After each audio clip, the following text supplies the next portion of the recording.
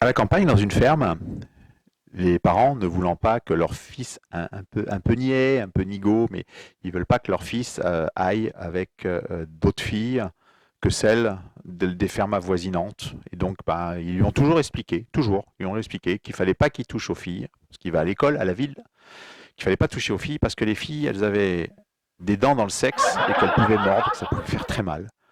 Alors, toute sa vie, il a entendu par ses parents et ses oncles, tout le monde dans la famille lui disait que il y avait des nanas avaient des dents dans le sexe et qu'elles mordaient, que ça pouvait faire très mal. Donc, il a toujours été très distant par rapport à la gente féminine, il a toujours été un peu peureux par rapport aux filles.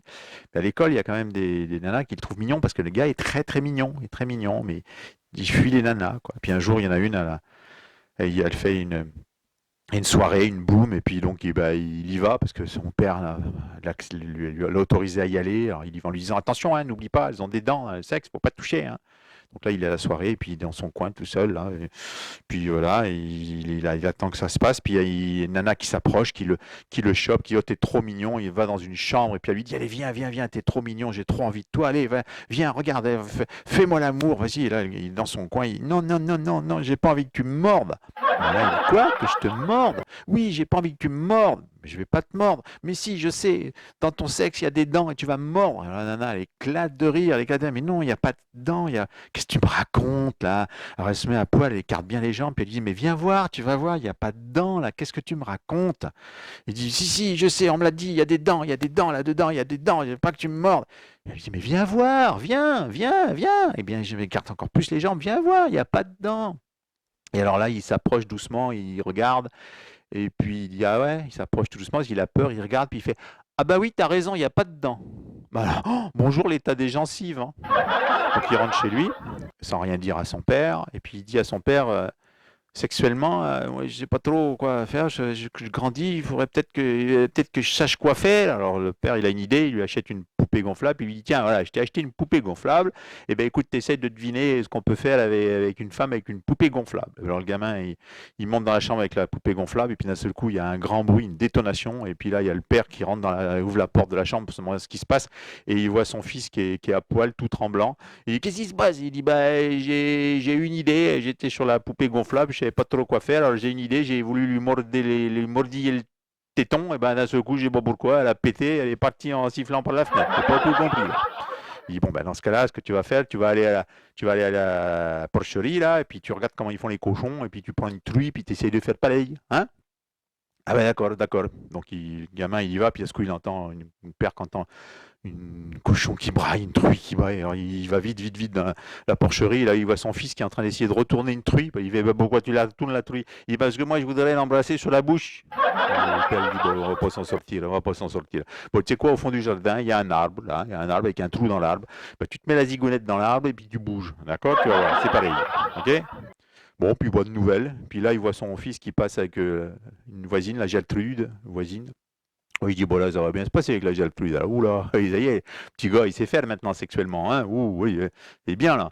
Puis à ce coup, il entend gueuler, Gertrude qui gueule, mais qui gueule. Mais qu'est-ce qu'il est encore en train de faire ces couillons là? Alors il ouvre la porte et là, qu'est-ce qu'il voit? Gertrude, sur le lit, les pattes écartées, attachée au lit les pieds et les mains. Et il y a son fils qui a un bout de bois qui est en train de lui mettre dans le vagin et qui fait on me le fera pas deux fois le coup des abeilles. Alors le père se dit, bah, je sais pas comment on va faire là. Puis son fils lui annonce que finalement, après la Gertrude, bah, il est tombé amoureux de la Marie, de l'autre ferme.